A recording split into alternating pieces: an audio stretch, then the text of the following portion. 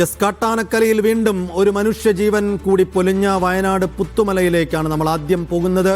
വയനാട് പുത്തുമല കശ്മീരിൽ കാട്ടാനയുടെ ആക്രമണത്തിൽ ഒരു സ്ത്രീ കൊല്ലപ്പെട്ടിരിക്കുന്നു.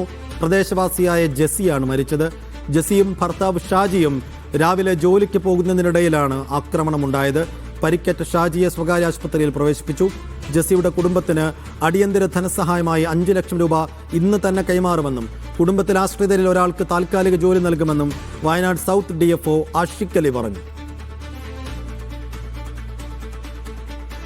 ഇന്ന് 6:15 ഭാര്യയും ഭർത്താവും കൂടെ ജോലി സ്ഥലത്തേക്ക് വളരെ സന്തോഷത്തോടു കൂടി വന്നുകൊണ്ടിരുന്ന ആ സന്ദർഭത്തിൽ നിർഭാഗ്യവശാൽ രണ്ട് ആനകളാണ് റൂട്ടിലുണ്ടായിരുന്നു പറഞ്ഞാൽ അപ്രതീക്ഷിതമായി കാശ്മീർ പ്രദേശത്തിൻ്റെയും അതുപോലെ 900 കണ്ടിൻ്റെ ഇടയിൽ വെച്ചിട്ടാണ്.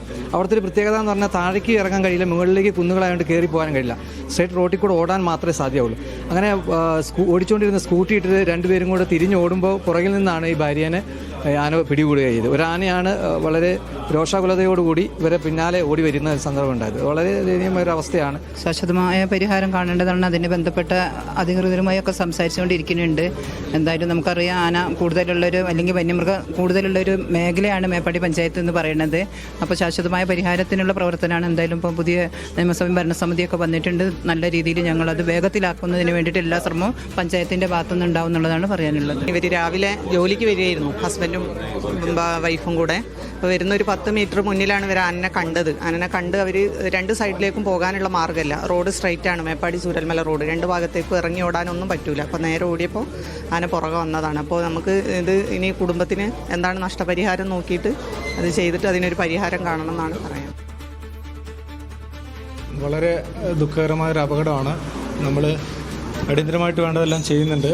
ഇപ്പോൾ വനംവകുപ്പ് 10 ലക്ഷം രൂപയാണ്, അതിൽ 5 ലക്ഷം രൂപ നമ്മൾ ഇന്ന് തന്നെ വിതരണം ചെയ്യും. പിന്നെ കുടുംബത്തിൽ ആർക്കാണ് താൽക്കാലിക ജോലി നമ്മൾ ഉടൻ തന്നെ കൊടുക്കുന്നതാണ്. ആരാണ് താല്പര്യപ്പെടുത്താൻ അത് കഴിഞ്ഞാൽ അവർക്ക് ഉടൻ തന്നെ കൊടുക്കുന്നതാണ്. ബാക്കി എല്ലാ നടപടികളും നമ്മൾ കൂടുതൽ ധനസഹായം ലഭിക്കാനുള്ളത് നമ്മൾ സർക്കാരിലോട്ട് അറിയിക്കുന്നതാണ്. പിന്നെ ബഹുമാനപ്പെട്ട വനമന്ത്രിയും സിദ്ദിഖ് മിനിസ്റ്റർ ഇടപെട്ടിട്ടുണ്ട്. ഒരു ഉന്നതതല യോഗം ഈ 30-ാം തീയതി തന്നെ വയനാട്ടിൽ വെച്ച് ചേരുന്നുണ്ട്. അപ്പോൾ അതിൽ കൂടുതൽ കാര്യങ്ങൾ തീരുമാനിക്കുന്നതാണ്. 1 കിലോമീറ്ററോളം ദൂരമുള്ള ഒരു 2 സൈഡ് വനത്താൽ ചുറ്റപ്പെട്ട ഒരു റോഡാണത്. അത് വല്ലപ്പോഴും അതുവഴി ആന ക്രോസ് ചെയ്യാറുണ്ട്. അത് നമ്മളവിടെ മുൻകരുതൽ നടപടികളൊക്കെ സ്വീകരിച്ചിട്ടുണ്ട്, സ്ട്രീറ്റ് ലൈറ്റൊക്കെ സ്ഥാപിച്ചിട്ടുണ്ട്. പക്ഷേ ഈ പ്രാവശ്യം ആന ഇറങ്ങിയത് കുറച്ച് ലൈറ്റ് ഇല്ലാത്ത ഭാഗത്തൂടെയാണ്. അതുകൊണ്ടുണ്ടായ ഒരു അപകടമാണത്. ഫൈസൽ നെടുമ്പാല വിശദാംശങ്ങളുമായി. ഫൈസൽ, അങ്ങേയറ്റം നിർഭാഗ്യകരവും ദാരുണമായ ഒരു സംഭവം. ഇതെപ്പോഴാണ് ആനയുടെ ആക്രമണം ഉണ്ടായത്? ഇവർക്ക് ഓടി രക്ഷപ്പെടാൻ പറ്റിയില്ലേ? എന്താണ് ആ സമയം സംഭവിച്ചത്?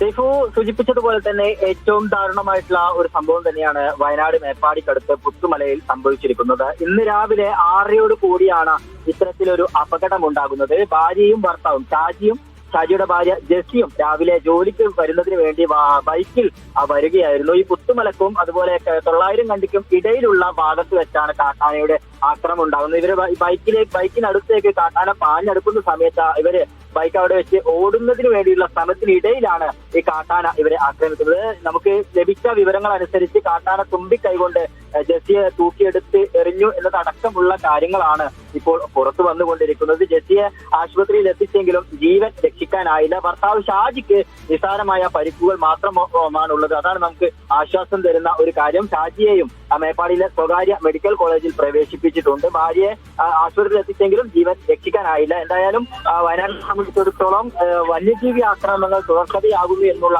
ഏറ്റവും പ്രധാനപ്പെട്ട ഒരു വിവരമുണ്ട്. കഴിഞ്ഞ ഒരു കുറച്ച് വർഷങ്ങൾക്കുള്ളിൽ തന്നെ ഏകദേശം 10-ലധികം ആളുകൾ. ഫൈസൽ, നമ്മൾ ഈ മേപ്പാടിയിൽ നിന്നും ചൂരൽമലയിലേക്ക് പോകുന്ന റോഡ് തന്നെയല്ലേ ഇത്, ഈ അപകടം നടന്ന സ്ഥലം? സൈഫു, ഏറ്റവും പ്രധാനമായി അതായത് നമുക്കറിയാം 900 കണ്ടി വിനോദസഞ്ചാര കേന്ദ്രമുണ്ട്. ആ 900 കണ്ടി വിനോദസഞ്ചാര കേന്ദ്രം കഴിഞ്ഞാൽ അവിടുന്ന് അങ്ങോട്ട് 1 കിലോമീറ്ററോളം. ഒറ്റ നിമിഷം ഫൈസൽ, ഒറ്റ നിമിഷം. ഇപ്പോൾ